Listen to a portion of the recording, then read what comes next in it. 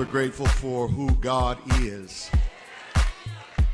That list of names given, holy and mighty and all of that, that's just the beginning of things. When Jesus was jousting with the Pharisees, Jesus made it clear to them that when you start talking about me, you're talking about something that surpasses Abraham. Because before Abraham was, he said, my name is I am. In other words, when you open up the book to look at all of the good things that a person can possibly be mighty and triumphant and awesome and holy, he says that that's just the beginning of it. He had to close the book. Who I am, America. My name is Bristle Hay IV, born in Brooklyn, New York in the year of 1988. My mother, Jennifer Milhouse Hay, and to my father, Bristle Hay III. Who I am, America. Ever since I can remember, I envisioned a life for myself that was grander and bigger than the people around me. And that is not to say that the people around me didn't deserve more. I just dreamed really big. Who I am, America. In 11th grade, I figured out what I was going to do in my life. I was going to be the most famous Black opera singer to ever live. Who I am, America. That drove me all the way to my higher education. I took my undergraduate studies at SUNY Purchase College, and I did my master's studies at Binghamton University, all in classical music.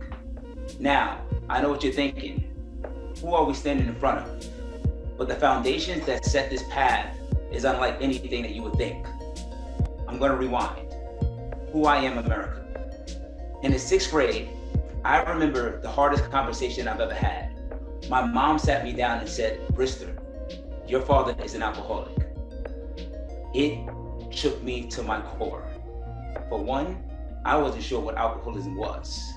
For two, I just knew that he was a different person than the person I was growing up with for the first 10 years of my life. It hurt. But I had a mom that sustained our home, and she made sure that we was always safe. I had a brother who was my best friend, and in moments when it was the weakest of us, we had each other.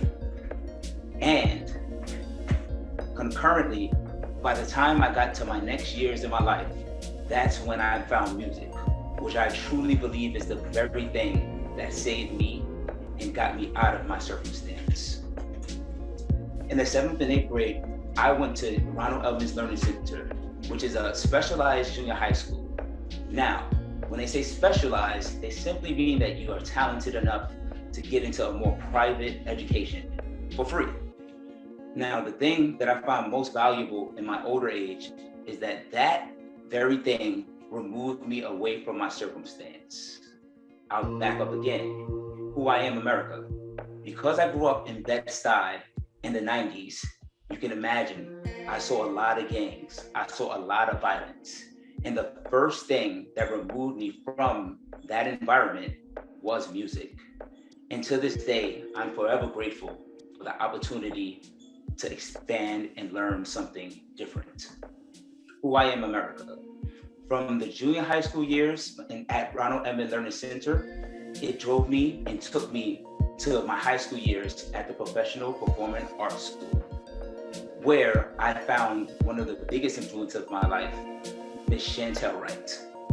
Now, why she was much of an influence? She was the first person to tell me that, Bristle, you are not where you came from.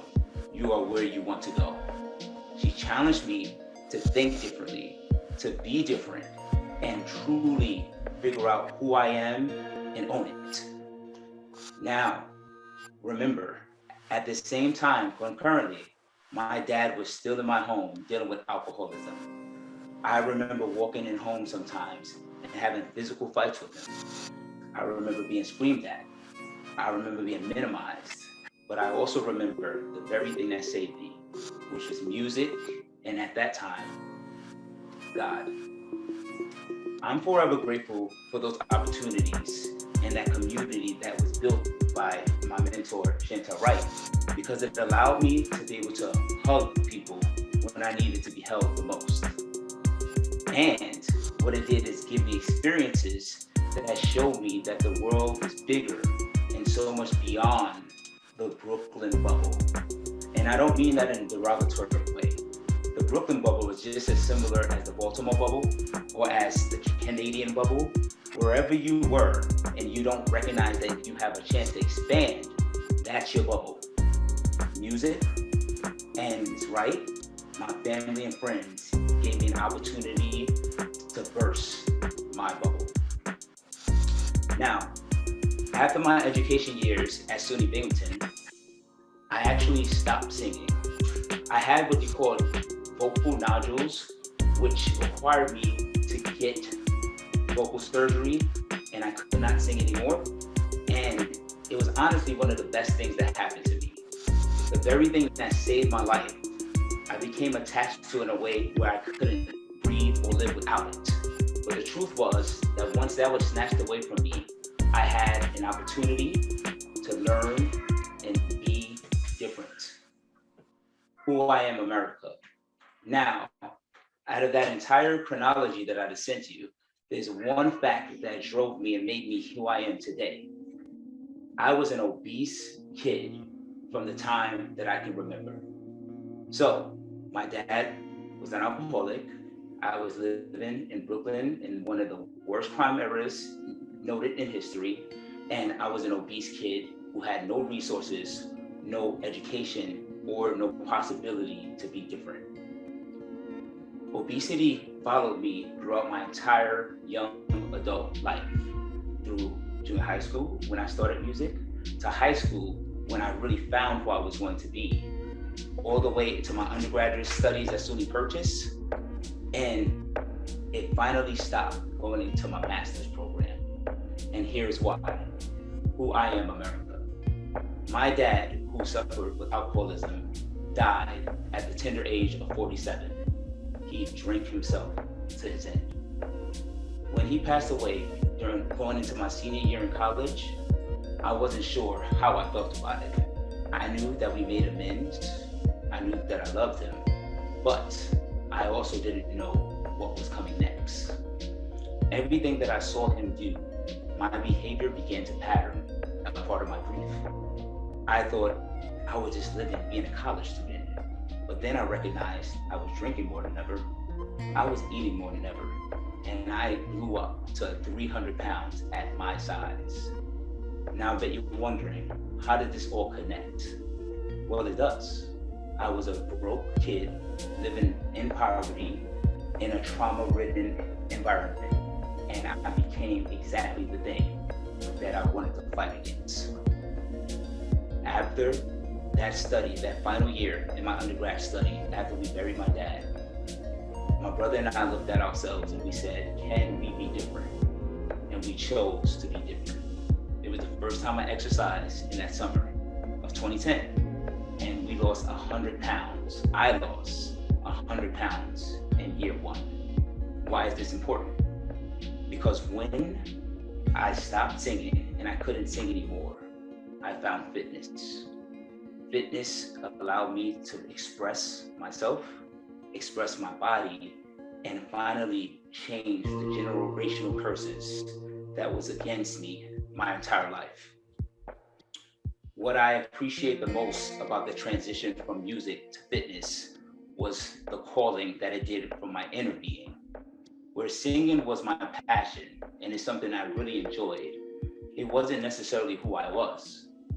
Who I am is one of service. Who I am is one to help.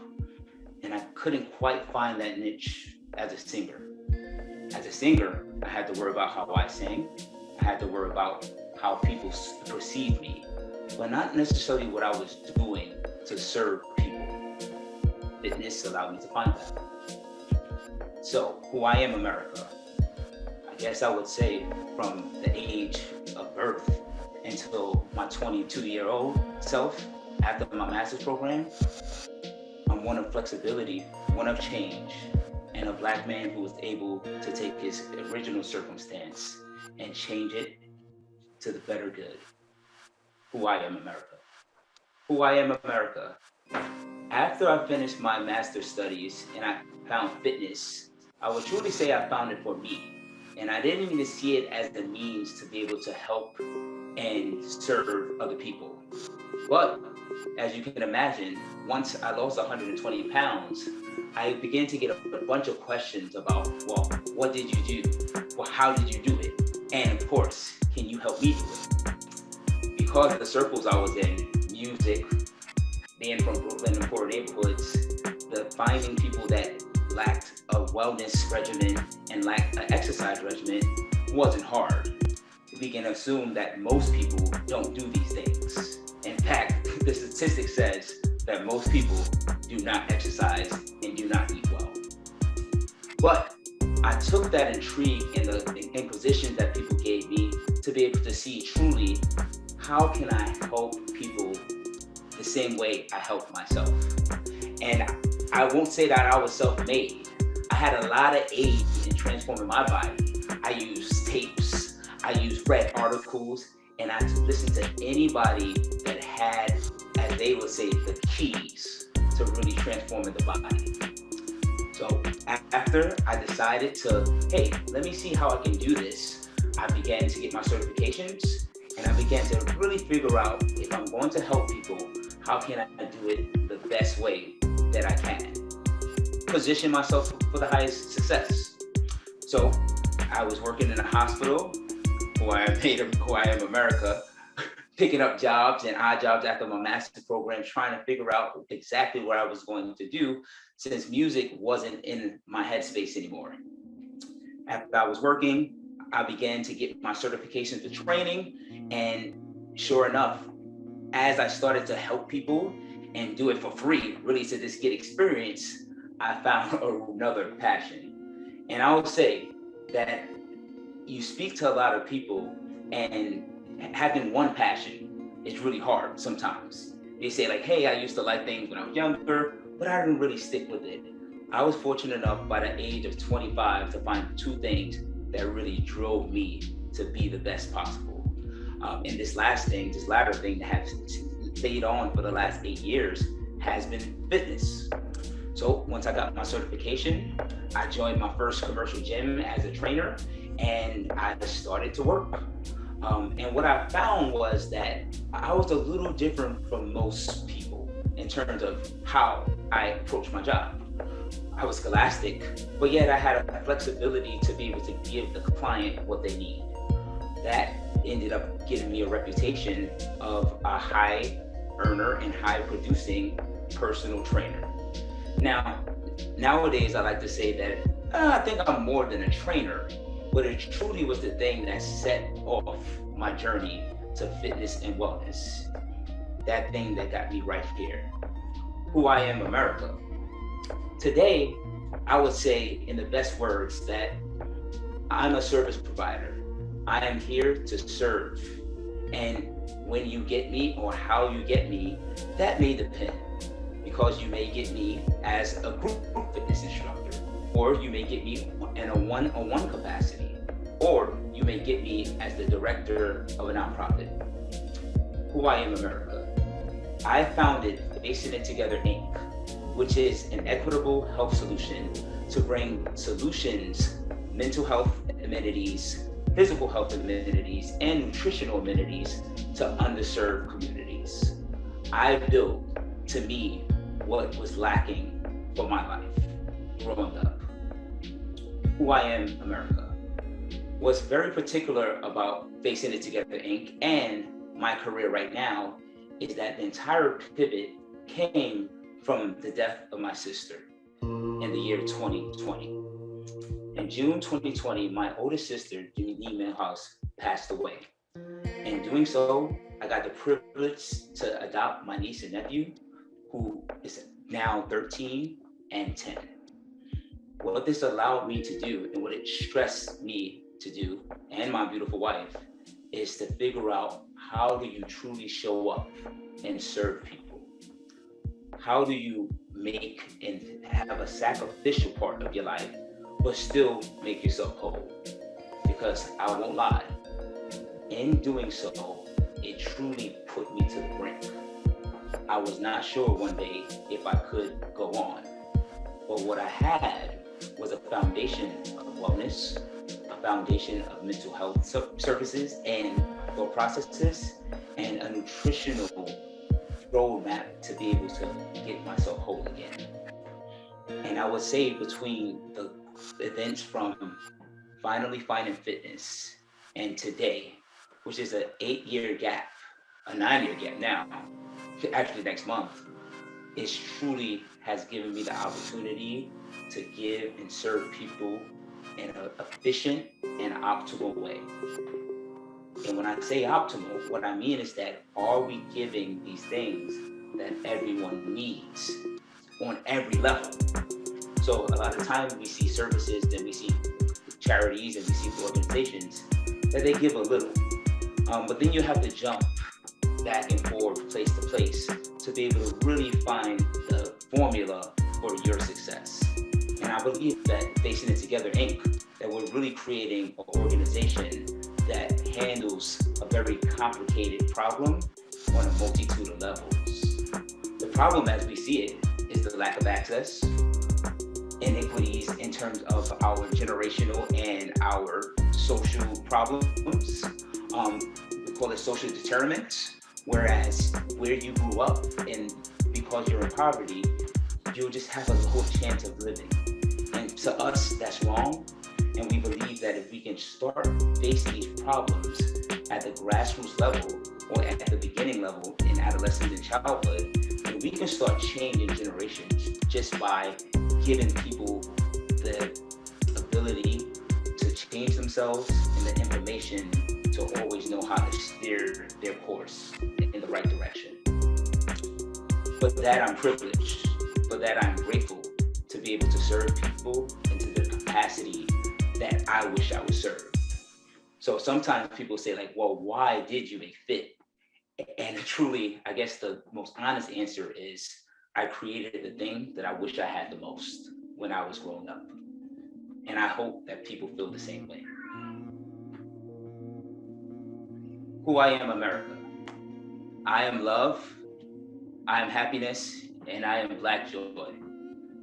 I am privileged to be able to walk every day in life with the vision and the mission to be able to serve our Black and brown people through health and wellness services. If you find fit to be able to find us, our organization, and help and kind of root us on, please follow us on Instagram at Facing It Together, Inc. We know that we won't disappoint. And above all, if you know that you have something and you can do something to save or change a life, I'm asking you today, please do it. My name is Bristle IV, and I am made in America.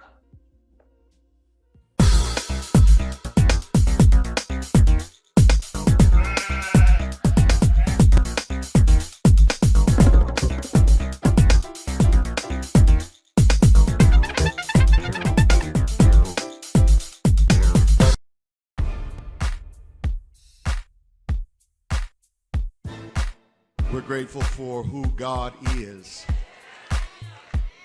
That list of names given, holy and mighty and all of that, that's just the beginning of things.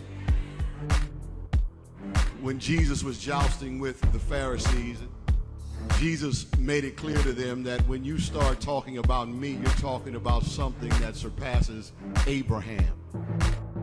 Because before Abraham was, he said, my name is I am.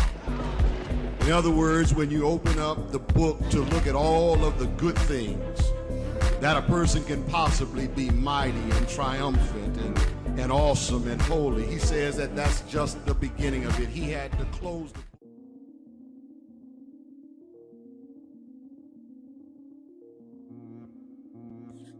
Wow, you know what? Who am I, America? I'm DeAndre Ivory. And I tell you what, growing up in my household, of course, first of all, originally from St. Louis, Missouri, grew up in the Boo Hill, small town called Nght, Missouri. Started out, of course, in a traditional home. Mother, father, both working. I am the second child of 3 sons, so I'm the middle son. often referred to by my mom and my dad as the middle boy. I'll tell you, growing up in my family, I never actually thought that I would be a comedian or doing comedy, things like that. Actually, I was always sort of an introvert or a shy person. But growing up in my household, I grew up in a household that it had a lot of love, but also there was tragedy in the sense that it was an abusive household as far as my mom and my dad were concerned, because my dad was abusive to my mom. And so growing up watching that, the thing about that was I actually ended up, going to comedy and wanting to make people laugh, because I found that was a way to put a smile on my mom's face. And I always wanted to see my mom smile. I always wanted to see her laugh. So I was always doing silly things, saying silly things, just to do that. It kind of carried over, of course, in school. Of course, straight A student, all through Head Start, kindergarten, elementary school grades, and then funny thing happened. And this is some of the pitfalls of peer pressure. One of the things that happened was in the 5th grade, we took a test, and based on my score, my overall score of the aptitude test, I was granted a position in the gifted program because I scored a 92 or above on the aptitude test. And there were only 5 of us in the entire school, both 5th and 6th grade. So of all the 5th graders and all the 6th graders, there were only 5 of us that actually scored 92 or better on the aptitude test. And so we were in what's known as a gifted program, which meant every Thursday, we would actually get a chance to get together with a special instructor, the 5 of us, every Thursday for 4 hours, and basically just be creative. And I really did enjoy being in the gifted program at first, but then what happened was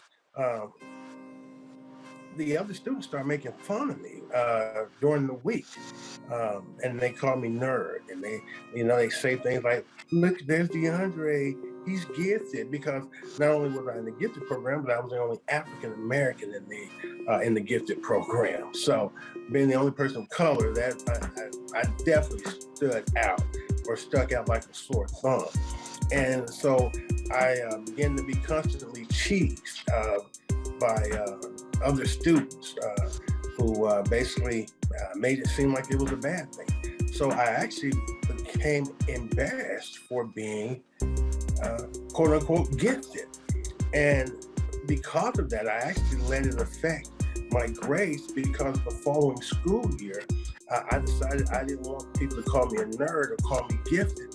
So because of that, I would actually let my grades slip purposely. I wouldn't do the homework. I would make sure that there were certain tests that I wouldn't try that hard on, just so people wouldn't make fun of me and give me the stigmatism as I thought it was of being a nerd or being gifted. And so what I learned years later, of course, into adulthood, I realized that, you know what, there's nothing wrong with being special. There's nothing wrong with excelling. Being gifted or excelling in school, trying hard and achieving certain goals. There's nothing wrong with that. And you shouldn't let people discount that or make you feel bad about being smart or intelligent or being gifted. We're all gifted in some sort of way. We all have gifts that God has blessed us with. And it's up to us to cultivate those things and maximize those things. But of course, in a humble way. You know, as I, you know, grew up, of course, I grew up in church from the Baptist church to Church of God in Christ to non-denominational. So God has always played a very impactful and powerful, important role in my life. And again, being the second or the middle child of three boys, you know, it was always hard for me to stand out because, you know, my younger and my older brother, they were both straight A students as well. And seeing and hearing some of the things they call my older brother, they call him Turtle because he always had a book bag on, you know, on his back, and Nerd.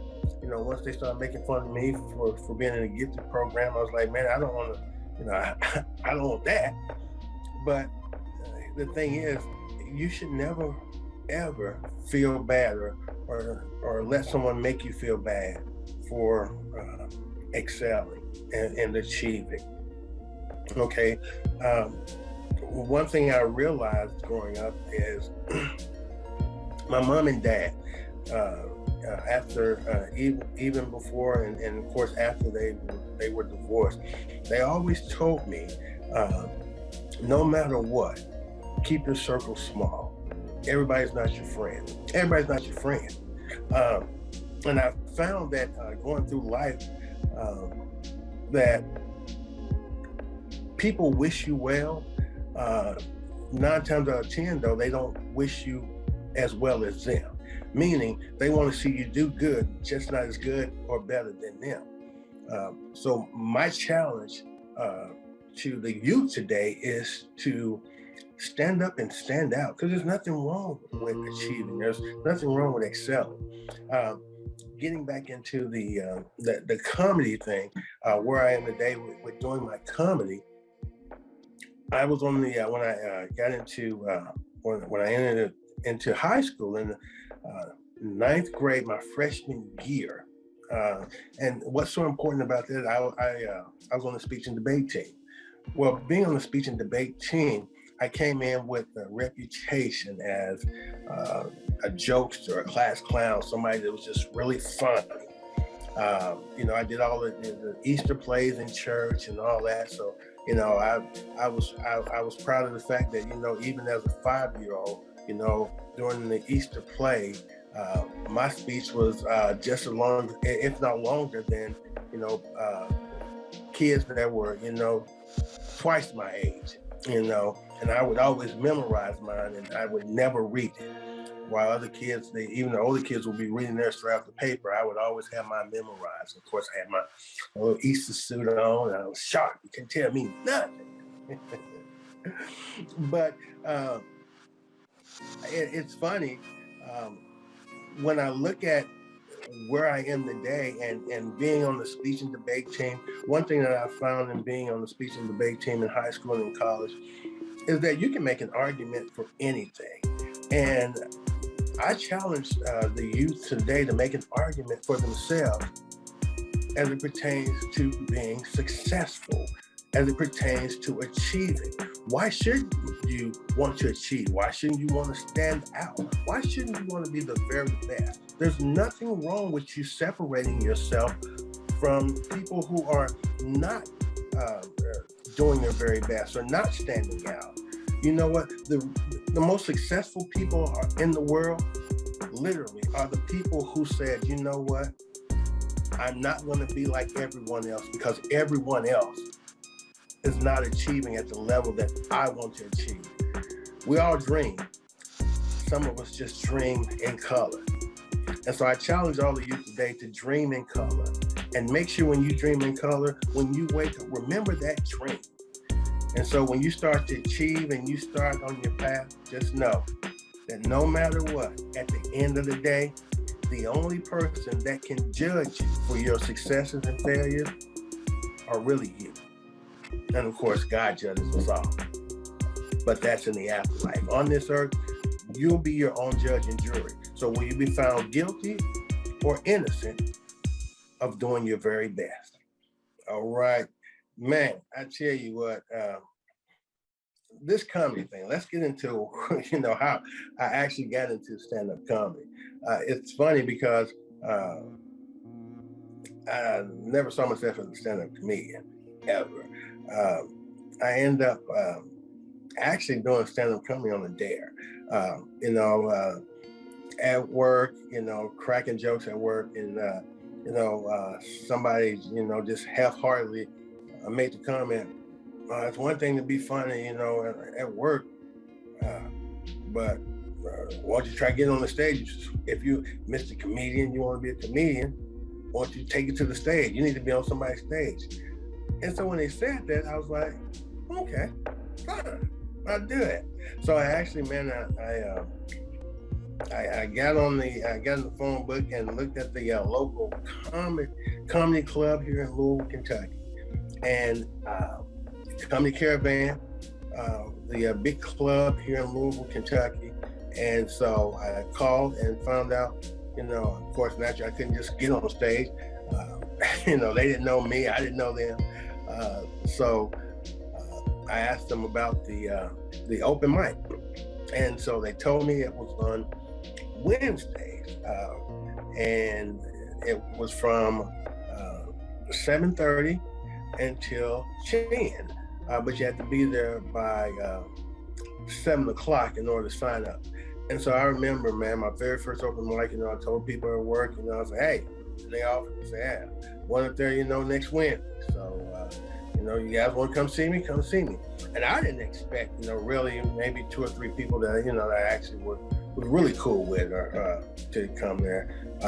But as it turns out, about 40 people from the office, from all over, the office, they showed up. And so when the manager saw that, he actually, he put me towards the very end. I think they had about 30 comedians that night, 30, 35. So yeah, we only got 3 minutes. So he put me towards the end because, he wanted to make sure that there was always a full house, or as close to full as possible, especially with my 35, 40 people there. And I'll never forget, man, I got butterflies. And here's the thing. I still get butterflies to this day, every time I get ready to perform. Every time. And I'm thankful for those butterflies, because what those butterflies tell me is that I haven't mastered it yet. This isn't mundane. This isn't ho-hum. This isn't like, just another show. I get those butterflies and it reminds me, okay, this is that excitement building back up in me. Here's that energy, that's floating in me saying, okay, let's go. And so I got those butterflies, and I went up there, and here's the thing, I had no idea what I was going to say, not a clue. But what I did do is, right before I went on stage, I actually went to the bathroom, I took a knee, and I prayed. And I basically said, God, please give me something to say. And then I thanked him for giving me something to say before he gave me something to say.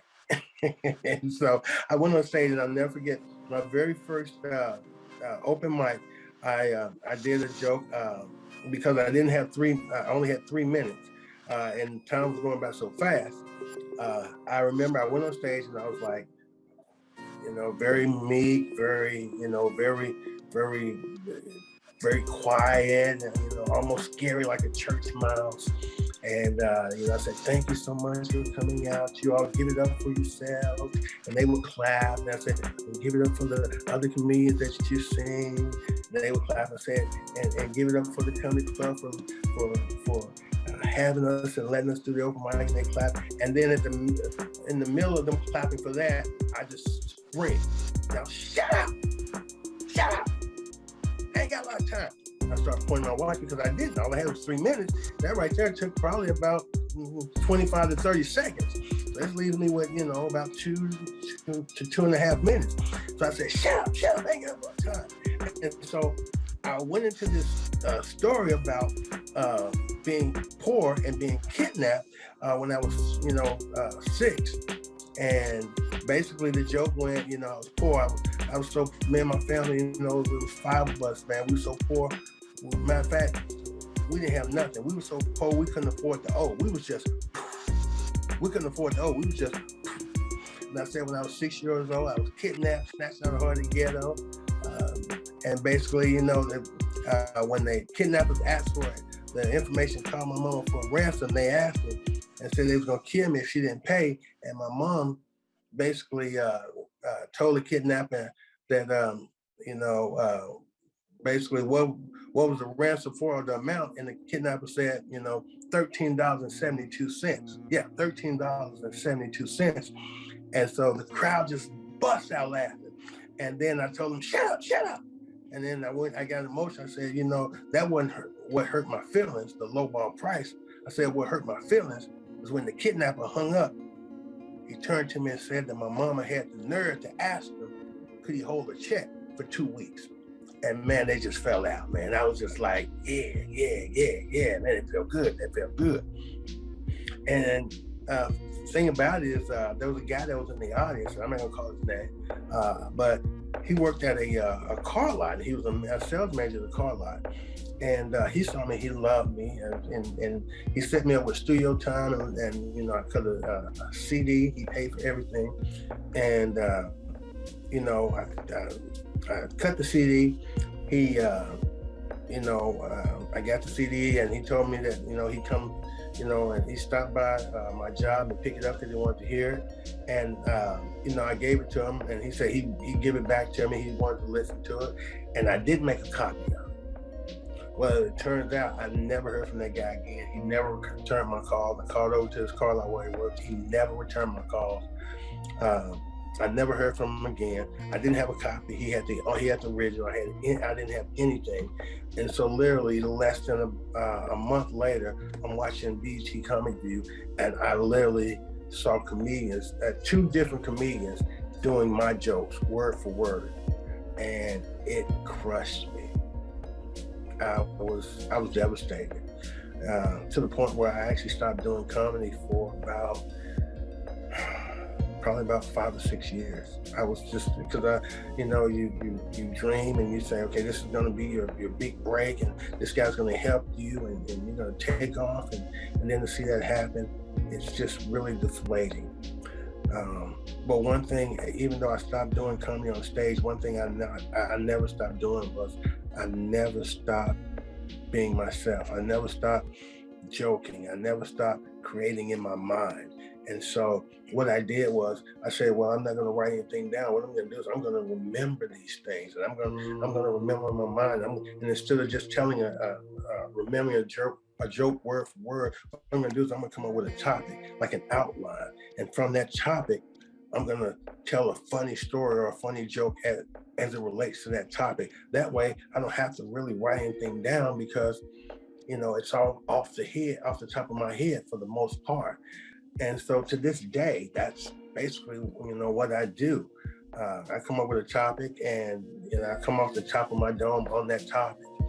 And I've been very successful. And it's been a grind. It has. I toured. I had the privilege of touring with a national touring stage play called In Love with Tyrone, written, directed, and produced by Erica Nicole Malone. It starred Leon from the Temptation movies and the 5 Heartbeats, as well as Robin Givens. My character was Grady, the best friend of the lead actor, Tyrone. And so, I was blessed, but that comes from grinding. And I'll never forget the biggest compliment the director and producer and writer, Miss Erica Nicole Malone gave me. She said, DeAndre, one thing I like about you and I love is that you never take a moment off, meaning you treat rehearsal just like it's the night of the show. I've never seen you rehearse. I always see you perform like it's actual showtime. And that level of commitment and professionalism is something I'll always remember. Now, I say it to say this. After of course, when COVID hit and everything stopped, I was recently contacted by Miss Erica Nicole Malone and her husband Brian about doing a possible residency in Vegas with the play. And that all comes from just me putting in the work and grinding and showing up for rehearsal and treating it as it is actual showtime, and not taking a rehearsal as, just time to kind of joke around and be silly and kind of be lazy. No, just treating it as it's an actual show, and we're in front of 3,000-4,000 people, just like it would be at a normal show. And so when you do that, what you have to understand is you have to be committed and you have to grind and understand that even when you're practicing, people are watching. So my advice to you is understand this: your grind shows your gratitude. Your grind shows your gratitude. It represents your gratitude. I don't care who you're working for, what you're working on. Your grind will always reflect your gratitude for the situation, for the moment, for the person who's giving you that opportunity. So let's grind and show our gratitude in everything we do. Who am I, America? Hey, I'm DeAndre Ivory. I'm a comedian. I'm funny sometimes, hilarious all the time, and I thank you so much for watching.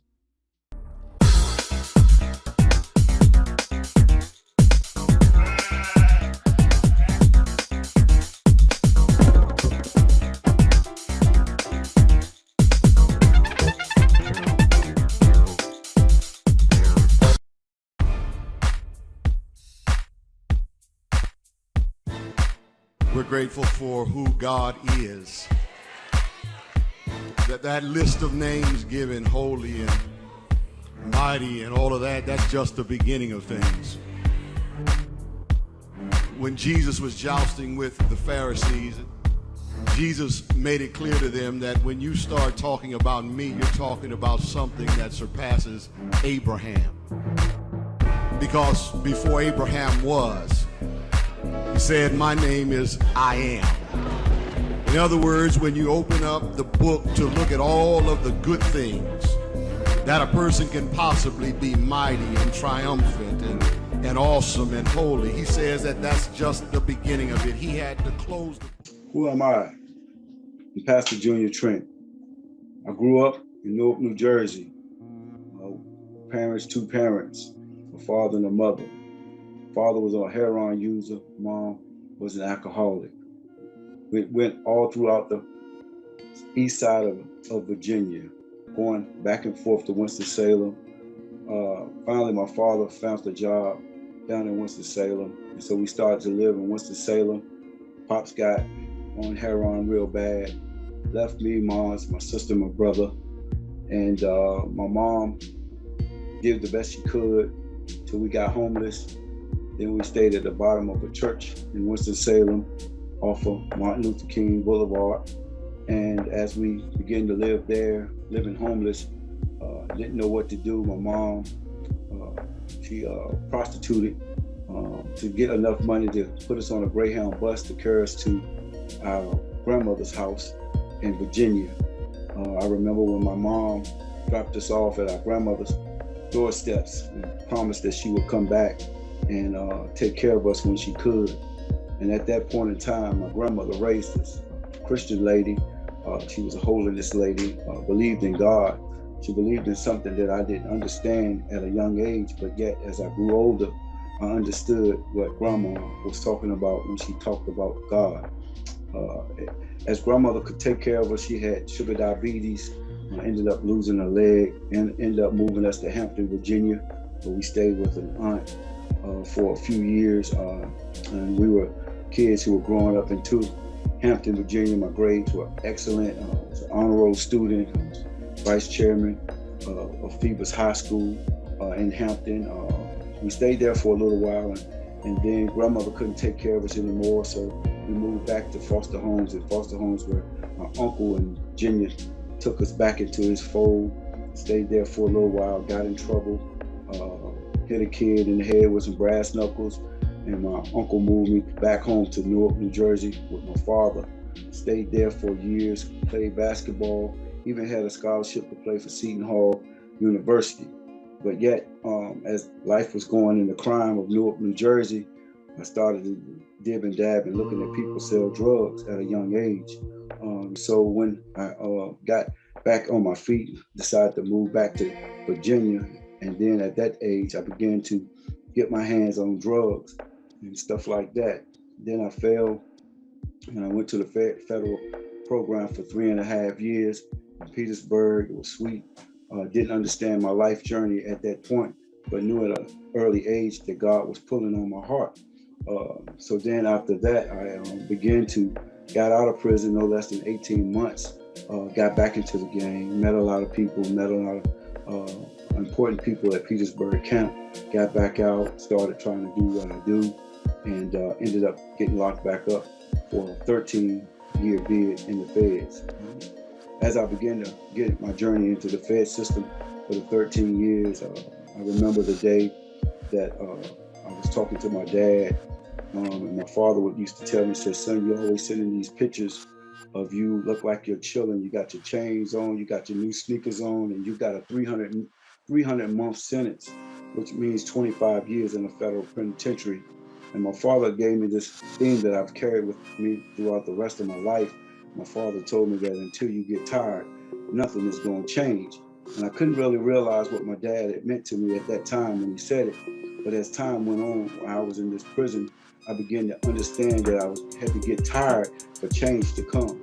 So one day I got really tired. I got tired of waking up at the 4 o'clock count, tired of coming in early, could never see the nightlight. Got tired of eating all those same old Monday through Saturday menus. Tired of eating chicken on Friday, fish on Thursdays. Got tired of playing ball until I got tired. And then one day I found myself on my knees in my cell, and I began to cry out to God. And then after that, God began to change my life. And as my life began to change, we finally had gotten Barack Obama had begun to become president, and they changed the crack law. And then God immediately released me from prison. And as my life journey, I fell for the second time. I fell, but this time I knew God, knew what God was about. And I promised God that if He had let me out of prison early, that I would serve Him till the day I die. Once I got out of prison, some of my mentors were guys who didn't want me to fall back into the lifestyle that I lived. One of the guys was one of my elders of the church, Elder Kenny Fitzgerald. Another one was Pastor Kevin Canody. Another friend of mine, Darrell Cruz, and Danny. Those kind of guys that were driving me into staying out this time, because the percentage of you going back to prison after you come out was like a 97% chance that you'll go back to prison within 18 months. And I wanted to break that stigma by saying, this time I'm going to do the right thing, because I had to learn to get tired for change to come. So if I'm going to include to somebody today, you might be going through things and it's okay with you, but I believe that change can come when you get tired of doing that same old thing. And as I begin this life journey now, I've been home 12 years now. I've been faithful to my community. I am doing volunteer work in the prisons forum. I got a co-host of a TV show, a radio show called Nght. I'm a part of an organization called Project Imagine, which helps young gang members find their way through what they go through. I'm a pastor of a church. My church name is Change of Heart Outreach Ministry, where our theme will always be, until you get tired, nothing is going to change. Currently, right now, trying to do the best that I can to give people opportunity to understand that life can change if you fall. It's up to you to get back up and find the direction that God gave you. I believe that every man and woman, God gave a talent. And in that talent, you can find yourself. And if you can find yourself in your talent, your life could be a lot better if you just give it a try. I believe that faith can be the substance of things hoped for and the evidence of things not seen, meaning that if you're a young brother out there today that might be lost, you might have no parent. You might have one parent, you might have both of your parents, but your life may be leading you to a life of crime. Remember that the chances that you take in crime can only lead you to prison or death. Luckily, God has spared my life from death so that I would get a chance to tell someone today that you can make it if you try. If you give up that lifestyle, if you try to work hard and try to be what you are. Right now, I'm happy to say that I've made it. I beat the statistics. 97% said that I'll be back in prison, but my mindset had to change. My heart had to change. I had some friends that I had to cut loose. Even some family members I had to cut loose, because even sometimes family members don't believe that your change has come, but when your change comes, you will find yourself trying to work hard. Every day today, I work hard. Everything that I get, I earn. I wake up early in the morning and begin my day with asking God to bless me in the ways that He's been blessing me. So I encourage somebody today to stand up and understand that you may have made a bad decision in your life, but it's the turnaround that's going to make a difference. I tell people that I heard LL Cool J say a long time ago, the best revenge is success. So don't get distressed about where you at.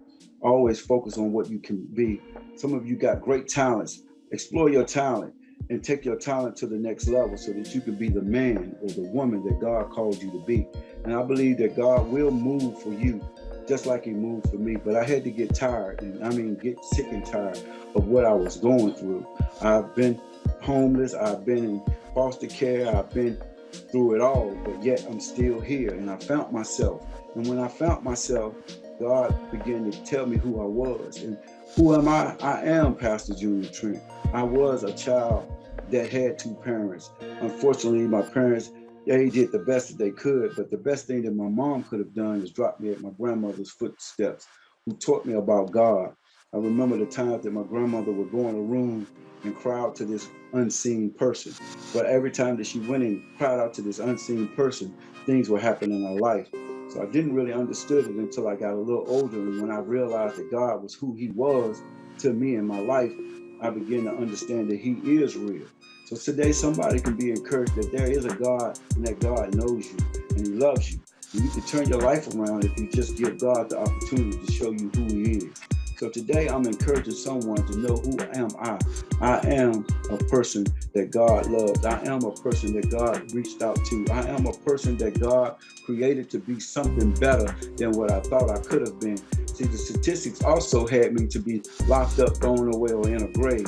But God saw fit for me to live, to tell my story to somebody and be encouraged enough to know that change can come, but you got to be the one that's committed to it. I believe today that if you would just open up your heart and pour out your heart to God, I believe that God can make a way out for you. Yeah, life is rough. The streets are rough. I've been in all of it. I've been in the streets of Newark, New Jersey, when the percentage of living to make it to your apartment was less than none. I've been in the streets where people didn't even get to see their mom and dad on the next day. I've been in the streets selling drugs and doing everything that you can ever think of, but I made it through. So somebody today, you have made it through. You've gotten a chance to do right by your life. And God is giving you that opportunity to do right by your life. But brother and sister, I'm encouraging you to stand strong, and you can make it. I believe that if you put yourself around good, positive people, I believe if you got somebody that say they truly love you and love you for who you are, they won't give you no drugs to sell. They won't give you a gun to tote. They will give you some kind of lesson to learn that your life can be better than it is. So today I'm encouraging somebody to stand up and believe that you are who you say you are. Unfortunately, when I was going into the prisons, I didn't find my true talent. But one day I was outside of this camp and I was washing this car. And this is what I'm trying to get somebody to understand, that, yeah, I ended up having a small car wash detail shop, but it was something that I really loved doing. Yeah, I was a big time drug dealer. Yeah, I sold drugs. Yeah, I had it going on, but I had a true talent in washing cars. And some people may laugh and say, well, yeah, man, you wash cars. What is that going to bring you? Well, that was my God-given talent to be physically able to do something with my life. Some of you might be photographers. Some of you might be drawers. Some of you might be even grown to do computer knowledge. But whatever the talent that God gives you, you can grow from it, man. You can make it. And I believe that you can turn your life around. Now I'm a successful business owner. Now I have a nice car detail shop and tire shop. Yes, I'm a pastor of a church. I'm doing what God entitled me to do, but I found my way. And in finding my way, I thank God for what He's done for me. So today I want to encourage somebody. Who am I? I am a survivor of a foster home. I went from foster home to foster home. Even though I went through that, God still made a way out for me to be able to stand today and give somebody some encouraging words to move forward. So today I hope that I said something that may encourage you to be who you are today. Be what God wants you to be. And if you be what God wants you to be, it's nothing. The sky can't hold you. No limits can hold you or bound you. You just got to stay focused and be real with yourself that you are better than what they said you were. Because today, I am who God called me to be, and I'm better than what they thought I was. So focus on your lifestyle, focus on your dreams, and make your dreams reality. I tell people today, nothing comes to a dreamer but a dream. But if you push your dream into a reality, you can be successful and you can have a life that you've never even imagined. So stay strong, stay positive, and be focused, and understand that God is in control of all things. I know you may go through some things. I know you may be in a gang. You may be a drug dealer. You may be homeless. But there is a way out. And in that way out, you can believe that God will do just what he said he's going to do. Who am I, America? I am Pastor Junior Trent of Change Your Heart Outreach Ministries in Danville, Virginia.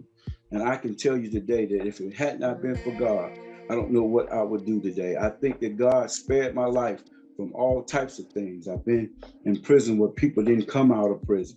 I've been in streets where people didn't come out of streets. Today, we're burying more people today than ever more, but God still is in control. And I believe that your life can be better if you just depend on God in these last days. So be encouraged to understand that you can make it if you trust in God. And I truly believe that God will make a way out of no way for you. Who I am now, America? Well, I'm Pastor Junior Trent, 12 years out of prison.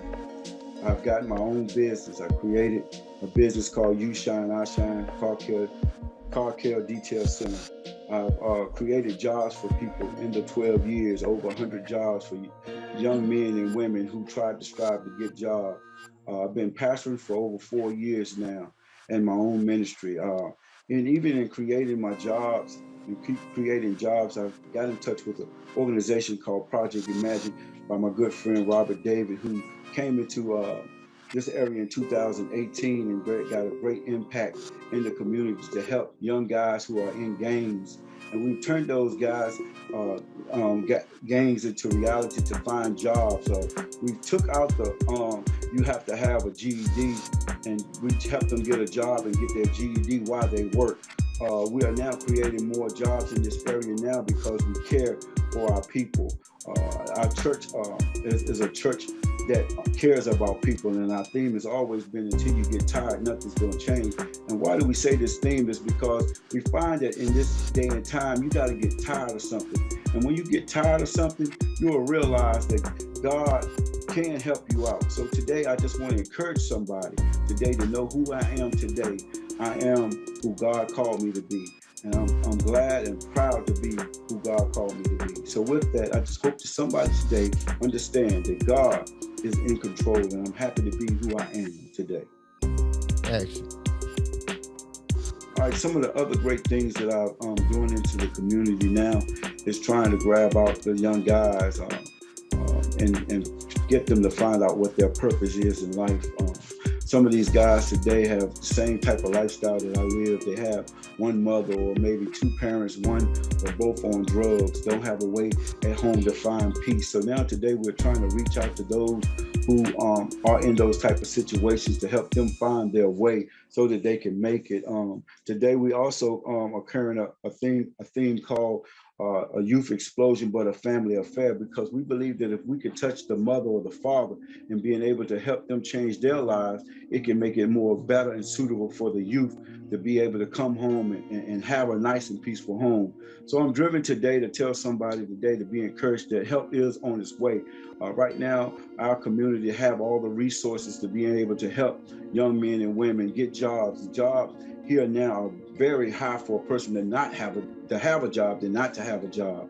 So our community now, we are driven to push out all of the excuses for young men and women not to have something today, to have something and teach them to be better persons that they are. And I pray that I can help somebody not fall the way that I failed. But if they did fall, I do have voluntary prison where I go into prison forums on the and I go into the prisons to remind people that there can be a change. I am a testimony. I am the evidence that change can come if you commit yourself to being who God called you to be.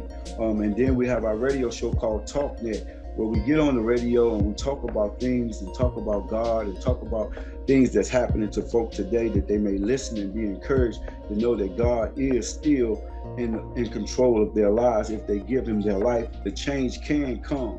So with that, I just want people to be encouraged that I can help you if you need me. Just give me a call. I'm not too far from you. I'm live on Facebook. You can find me at Junior Trent Facebook, and just give me a call to be encouraged to know that God is in control. And if I can help you push some youth from what they're doing, I believe that I can help you by trying to help them find out who they are and follow their dreams to be a successful person in life. I am successful because I gave up that life and I trusted God to move the way that he moved so that I can be who he wants me to become. So today, be encouraged. Who am I? I am Pastor Junior Trent of Change Your Heart Outreach Ministries. And our theme will always be, until you get tired, nothing is going to change. You got to get tired, my brother and my sister. Are you tired? If you're tired, then change can come. That direction can be led easily by you saying that I don't want to be a gang member no more. I don't want to be on drugs anymore. I don't want to have this life of crime anymore. And when you begin to repeat those things in your heart, change can come, because I believe that you can find your way, but you can't find your way until you get tired of it. If you're enjoying the lifestyle that you live in, you can't change. And the only opportunity that you're going to have in that environment is prison or a grave. And today, we don't want you to be in a prison or grave. We want you to be out here to be successful in what God wants you to be, man or woman. I want you to wake up today and understand that there's something better for you, but you got to get tired of where you at. And if you ain't tired where you at, then you got a whole lot of life to learn. And I don't want to see you go to prison, and I definitely don't want to see you at a graveside. I wore my black suit more than I can imagine now for funerals after funerals. I'm just tired of going to funerals. In fact, I don't even want to go to another funeral. How many funerals that we've been having in these last 6 months has just stressed me out. But until then, I just want somebody to be encouraged enough to know that success can come, but you got to work at it. You got to work for it. I tell a person, that if you don't want to work for it, I don't have no empathy for you, because the Bible tells me a man don't work, don't eat. So with that, keep your minds focused on what you can be in life and be who God wants you to be, because that's what's important right now, to be successful. And to be successful, you got to work hard at it. And that's what I did. I worked hard at it, and I put God first, and I believe that God blesses me through my hard work. So today, I just want to encourage somebody to be encouraged enough to know that change can come, but only if you get tired. So today, I am somebody. I am who God called me to be. Thank you.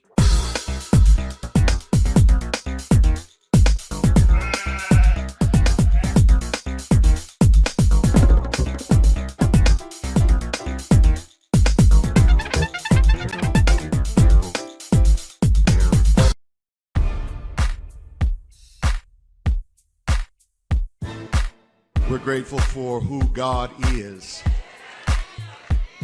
That list of names given, holy and mighty and all of that, that's just the beginning of things.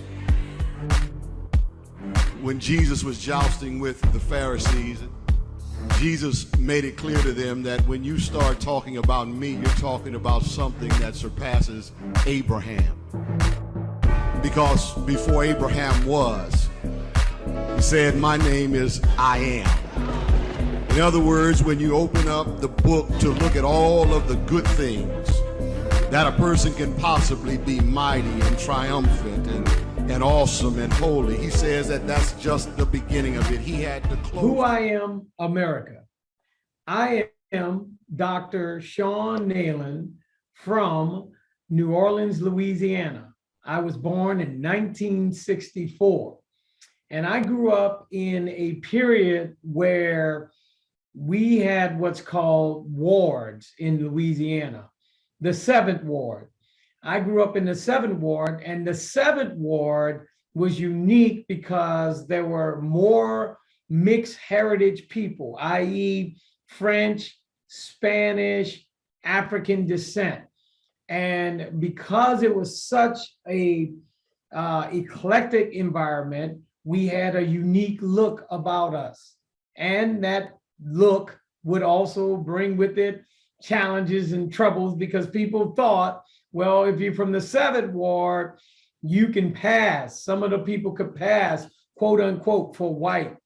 And other people had different hair textures. That became a big issue. And so I grew up in an environment where there was a lot of issues around how you look, the complexion of your skin, the texture of your hair, which is a very interesting environment to grow up in. I grew up in a 2-person household. My dad was a longshoreman. My mom worked at a laundromat. My mom was the one who looked European in our family. I didn't realize that, like she was greatly Hispanic and Spanish. She had English descent as well and French descent. And so my dad married her. He was 43. She was 33, her second marriage, his second marriage. And I was the oldest child. And as we grew in a household, I have 2 other siblings, 2 sisters, one year younger than me, and then another 2 years younger than me. And so as we grew up in New Orleans, in the inner city, we recognized that we kind of had it differently than many.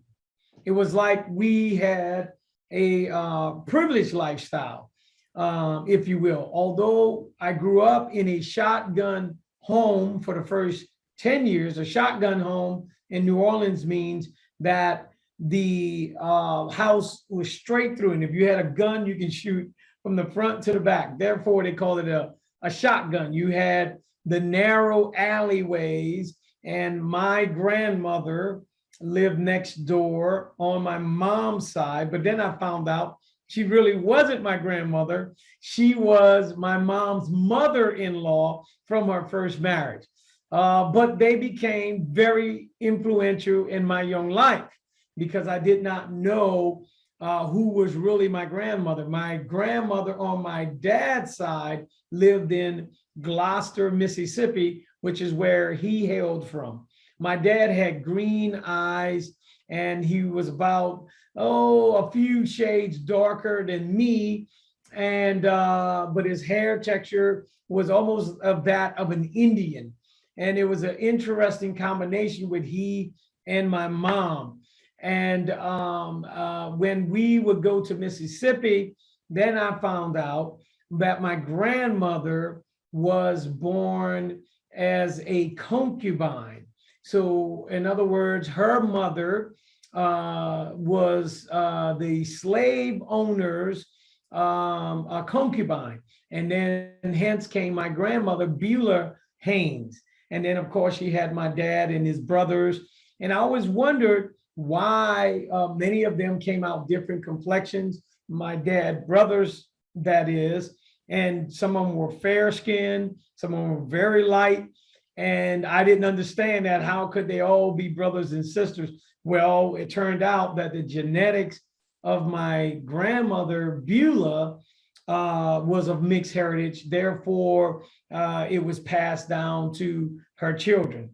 And so now you get the picture of how I'm growing up in this eclectic environment where the emphasis is on, you think you're better or you think you're less. And there were internal wars within the community. not only were there internal wars with ethnicity and who you look like and the skin complexion, because that was big in those days.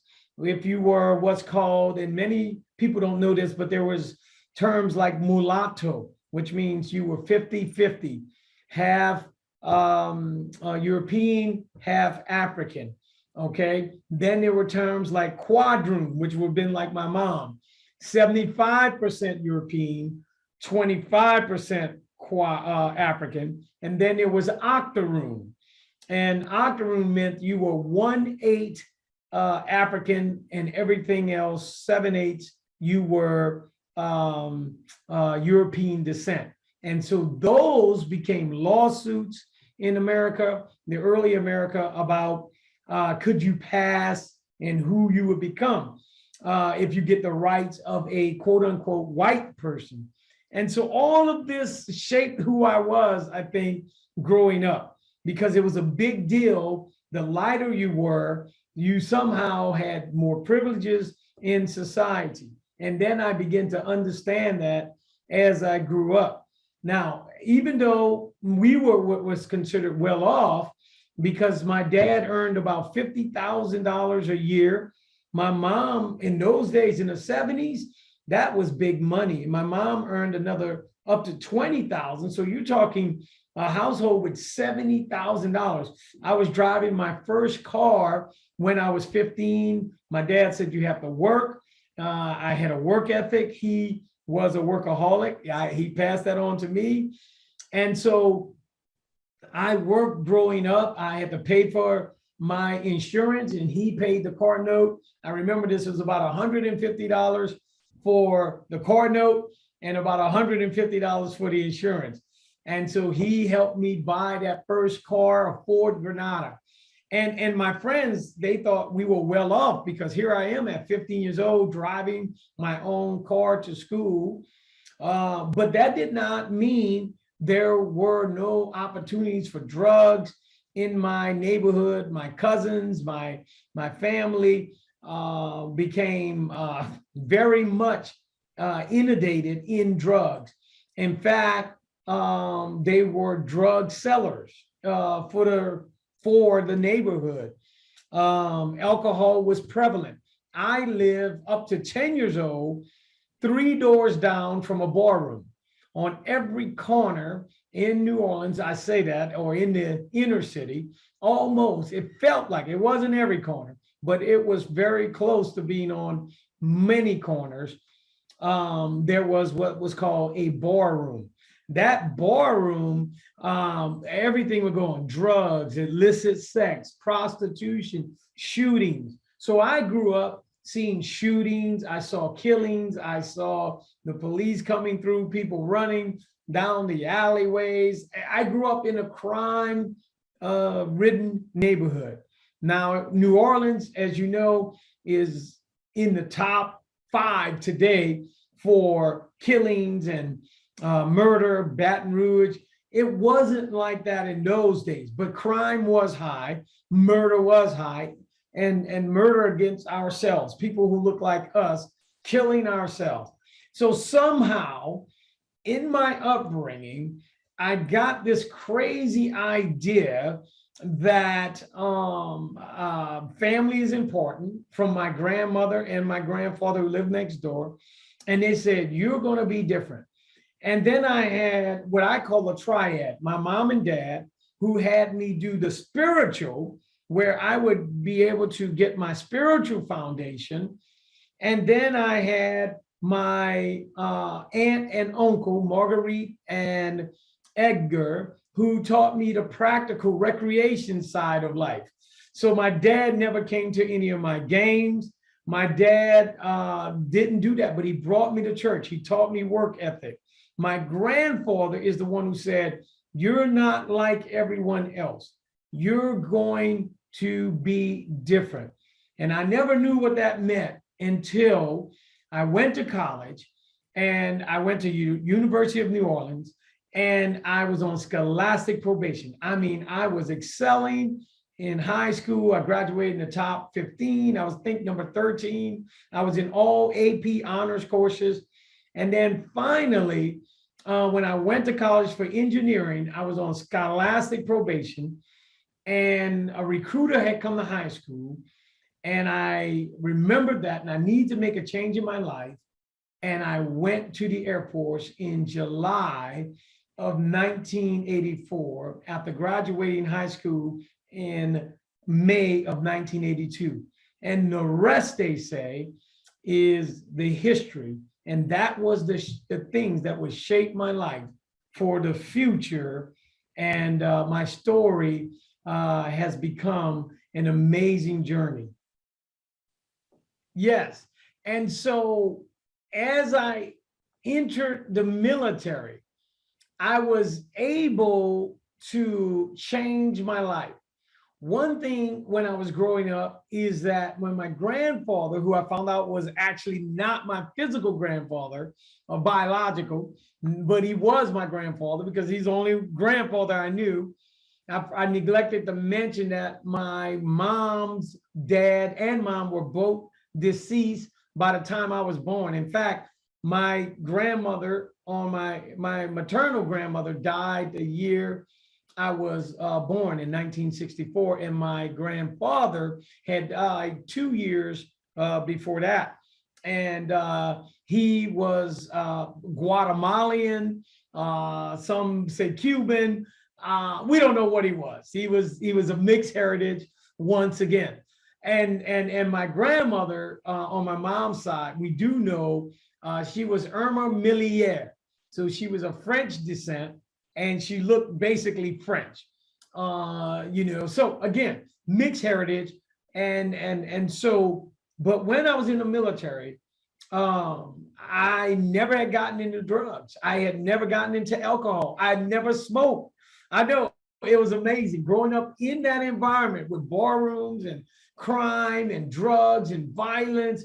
Somehow I was spared. My cousins were in and out of the prison.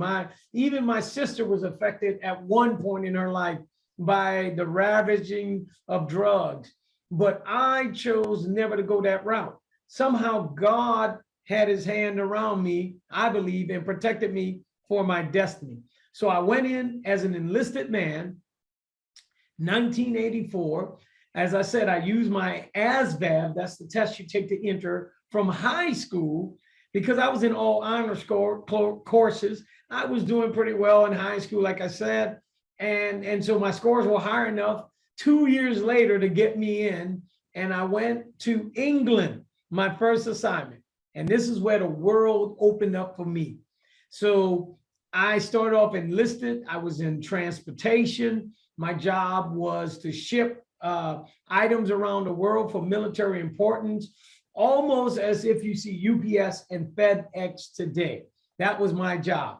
But while I was doing that, I went to college, and I continued my college from scholastic probation. I came into the Air Force with 27 hours. And so I continued and worked on it, and I acquired my associates in logistics management. And then I went on to get my bachelor's in industrial technology and engineering from Southern Illinois University. So within quick 5 years of being in the military, I excelled in the military and excelled academically. At the same time, I found my destiny in becoming a minister of the gospel. Although I was unlicensed and all of that, didn't have the education at the moment, in ministry, I had the calling. And so then I began to see how all of this was coming together in my life. And I became an officer. I applied and was accepted in 1991. And so after 6 years and a little more, after being in the military, 1990 rather, I had completed officer training school by February of 91. And so now I am moving forward. I am a lieutenant from the inner city. And the thing about being a lieutenant in the Air Force is, and many people don't realize this, in the early 90s, in 90, 91, there were not many African Americans who were officers. we were still living in a time where we were feeling the ramifications from the Jim Crow era up into the 1964 and 1965, the Civil Rights Act and the Voting Rights Act in 65. And so things had not changed, but the military, as always, was further ahead than society. But as I grew in the ranks of the military, I realized there were not many people who looked like me. And I became a role model for many of that it was possible. So I was a nuclear launch officer and space operations officer. My wife, Madeline, who I married right after coming into the military, did not want me to become a pilot. My commanders wanted me to be a pilot, but my wife said, no, you'll be gone all the time. Well, I became a missile launch officer, nuclear weapons. I was gone 8 days a week, 24 hours each time. And so it was always the laughing joke. I was gone anyway. And so I went up the ranks and my career excelled as an airman. I was up for Outstanding Airman of the Year when I first came in, the 12 Outstanding Airmen. I was the John Levitot Leadership Award winner. So all of these things, John Levitot was a hero in Vietnam.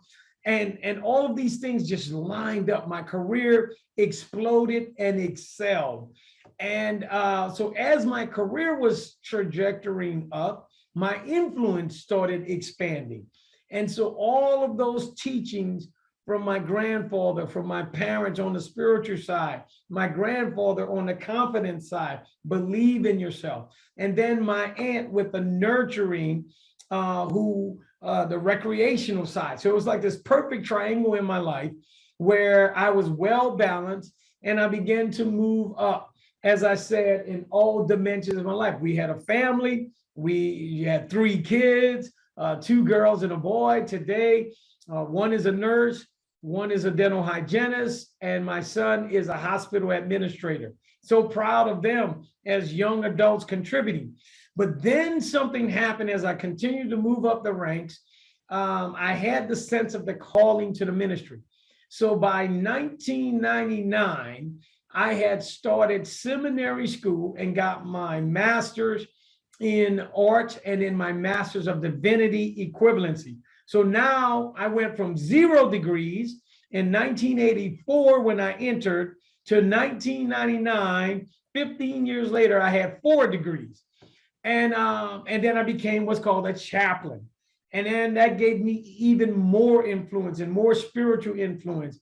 And then I started seeing my destiny of what I was to do to help people to be successful.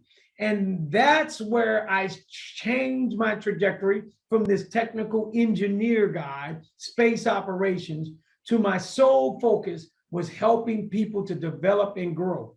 Then I introduced, or the Lord put on my heart, as I continue to excel in the chaplaincy, move up the ranks, major and lieutenant colonel, all the way to the rank of colonel, I began to realize that all of my upbringing in that eclectic background, in that multicultural background, now will come to fruition for a purpose.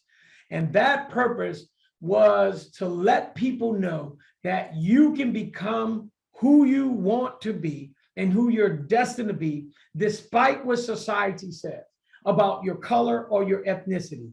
It's about your character, as Dr. King would often espouse. It's about who we desire to be. And so I began to shift my message about who you are versus about the color of you are. And then I started realizing that this antiquated separation that we do of white and black is made up. And then I start looking at the connotations of the word. If you're white, and then if you're black, white means pure and holy and righteous. Black means evil, void of color. And then you can look at society, blackmail, black ship, black day, blacklist. If you think of white, you think of the white lie, a doctor's white lab coat. And so I said, we have to move from that in America and become Americans. We have to move from different races, which is a made up social construct, and say, no, we are one human race. And that became my platform. Even as I went to the Iraq War, I went to Afghanistan War, my pledge to America was to bring unity. A divided America cannot stand. And as I began to sound the trumpet, as I began to travel around the world, I ended my career 35 years later as a colonel. And I did not make general. Many thought I should have made general. I felt I should have made general, but then I decided to retire early and become a senior pastor, which is what I'm doing now at Highland Christian Center in Portland, Oregon. But the one thing I'll leave you with is that I had the platform of a lifetime as a colonel in the United States Air Force, a rarity for African descent. And I began to trumpet the voice of reason that we are Americans. I've walked the walk. I've sat in the meetings. I've led in the battlegrounds. I've marched. And I am telling you, we are Americans, and we need to become one and stop the division over color lines, because I found out that just because I have more melanin in my DNA does not make me a less of a man. You can become whatever you're destined to become with your effort and with your faith and with your hope. And of course, I leave you with this, that God was instrumental in my career, in this 35-year career that saw me win hundreds of awards and recognized at the highest levels in the Air Force. So I'm proud to be an American. I'm proud to be of African descent. I'm proud to be of a mixed heritage, but mostly I'm proud to be a child of God. Who am I, America?